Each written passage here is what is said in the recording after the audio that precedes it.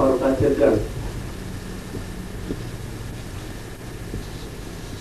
मैं अपने को बहुत ही खुशकिस्मत समझता हूँ और मुझे बहुत खुशी है कि आज के इस नेशनल सेमिनार में मुझे भी आमंत्रित किया गया कि दो चार शब्द मैं मसीही दृष्टिकोण से आपके सामने प्रस्तुत करूं।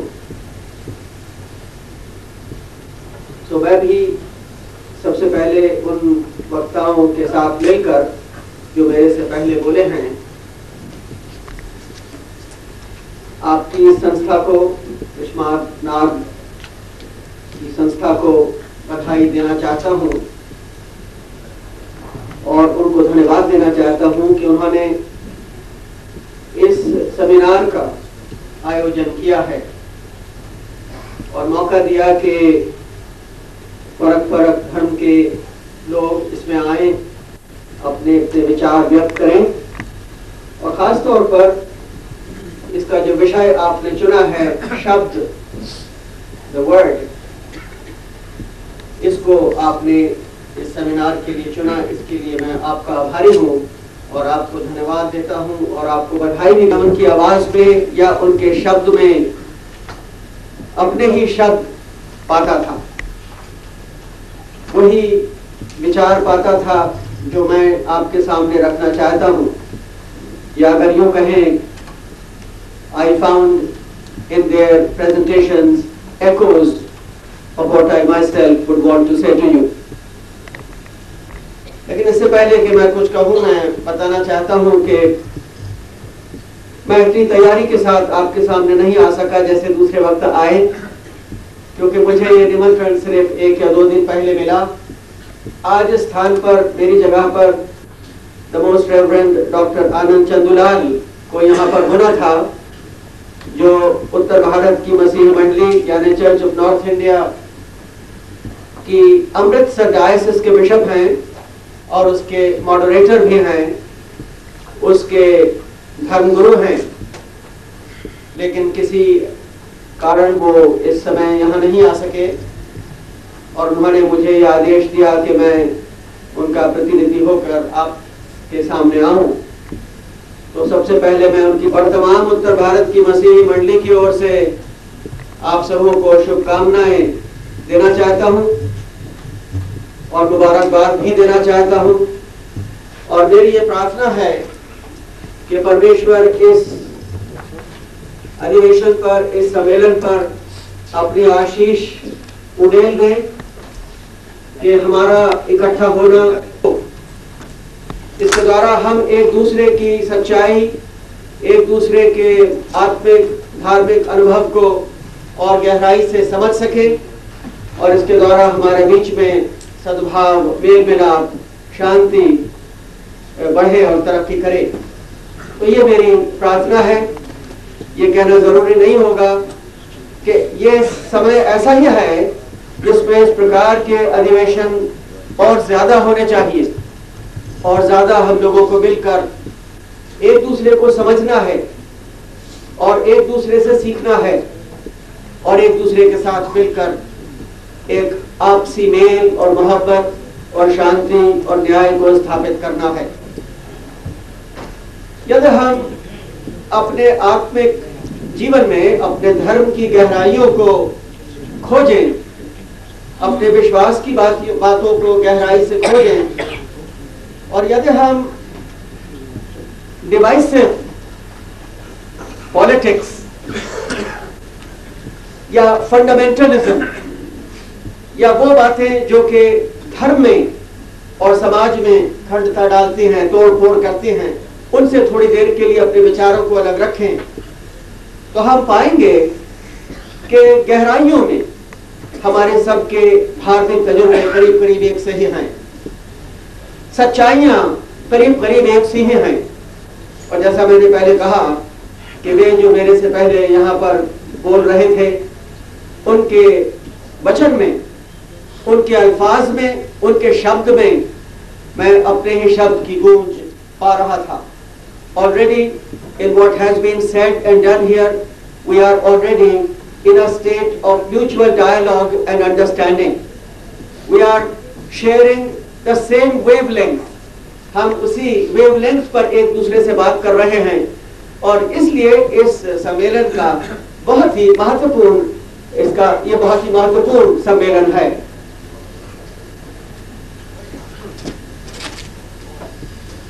इस मजमून पर गौर करने के लिए मैं चाहता हूं कि हम अपने सामने 2-3 प्रश्न रखें। शब्द के विषय, अल्फाज के बारे में और about the word, the concept of word या वचन, जिस तरीके से भी हम इस कॉन्सेप्ट को, इस विचार को व्यक्त करना चाहें। 3 प्रश्न मेरे सामने आते हैं और मैं चाहूंगा कि हम उनको याद रखें जब हम इन पर गौर कर रहे हैं। पहला प्रश्न ये होगा जो कम से कम मेरे ख्याल में आता है इस वक्त, वो ये है, व्हाट इज द वर्ड? वो शब्द क्या है, वो वचन क्या है, या what is that divine word? वो परमेश्वर का या वो इलाही लफ्ज क्या है जिसको हम आज सुन रहे हैं? What is that word that we are hearing today? मैं ये नहीं कहना चाहता जो शब्द हमने पहले सुने, बरसों पहले बोले गए, बल्कि आज वो क्या शब्द है जिसको कि हम सुन रहे हैं। दूसरा प्रश्न जो मेरे मन में इस समय उठता है, जिसका ताल्लुक हमारे सम्मेलन से है, वो है what word or divine word we are communicating today? वो कौन सा शब्द या वचन है या वाक्य है जिसको कि हम दूसरों तक पहुंचा रहे हैं? That which we are reflecting or projecting among the people and in the world and the situations around us. हमारे चारों तरफ जो वातावरण है आज का, उसमें क्या शब्द फैलाया जा रहा है? What is it that we are communicating or projecting to the world around us today? इस जमाने में वो कौन सा शब्द है? परमेश्वर का शब्द, धार्मिक शब्द, आत्मिक शब्द, कौन सा लफ्ज है जिसको कि हम, वो कौन सा संदेश है या मंत्र है जिसको कि हम संसार में अपने चारों तरफ आज के दिन फैला रहे हैं या जिसकी हम बातचीत कर रहे हैं? और तीसरा प्रश्न जो मेरे सामने आता है वो यह है, are we hearing the word only from the letter of the holy rate?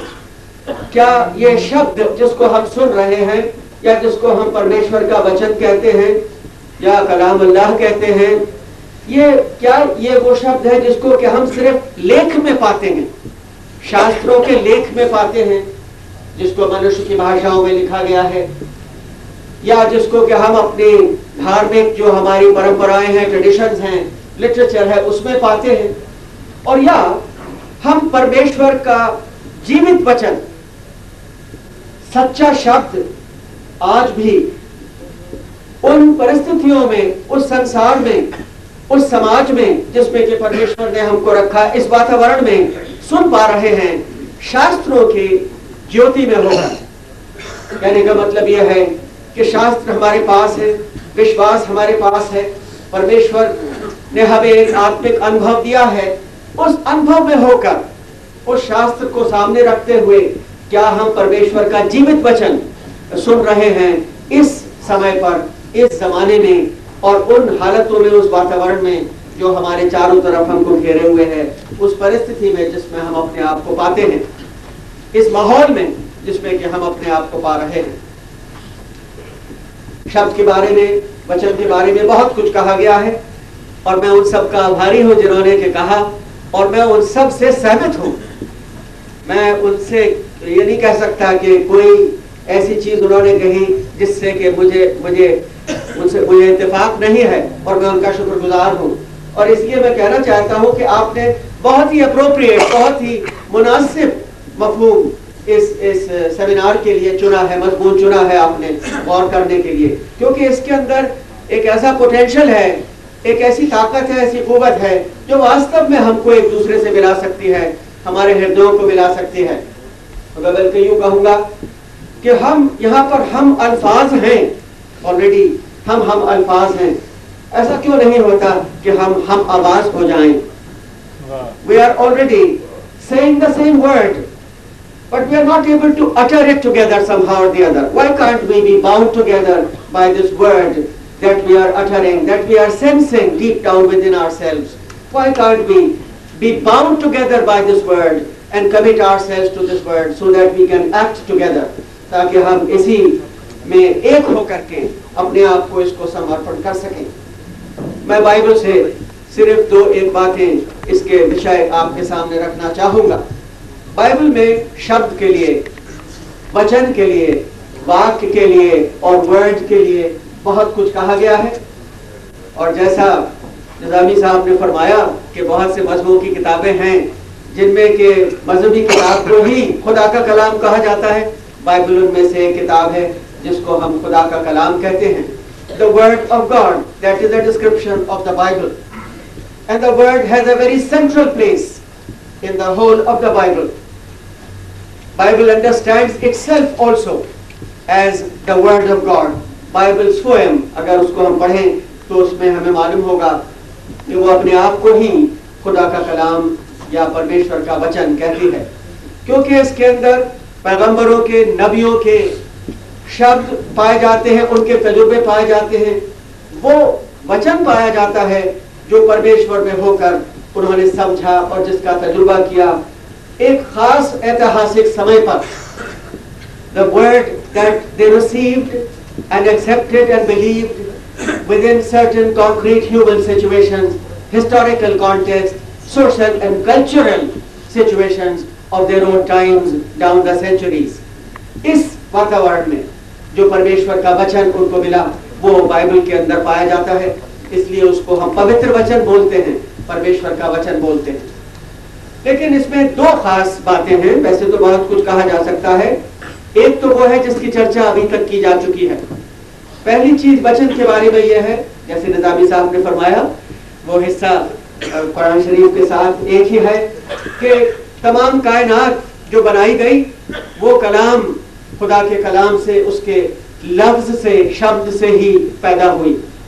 God's word is creative, or we can say that word is that aspect of God in which God reveals himself to us in creation, brings about this whole universe.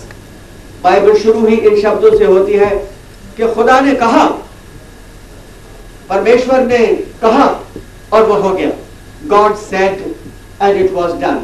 और इस पे मैं ये कहना चाहूंगा कि परमेश्वर ने न सिर्फ कहा और वो हो गया, बल्कि परमेश्वर कहते हैं, God says and it is done. It happens even today and always, because word is the power, the creative power of God. दूसरी बात जो मैं कहना चाहता हूं शब्द के बारे में वो यह है कि शब्द न केवल सुना जाता है, न केवल लिखा जाता है, ये तो हमें बता ही दिया गया है, न केवल बोला जाता है जो मैं इस समय कर रहा हूं और सब करते ही चले आए हैं, लेकिन बाइबल इसके बारे में एक और अद्भुत चीज बताती है हमें, और वो यह है कि शब्द देखा भी जाता है, उसका अनुभव भी किया जाता है।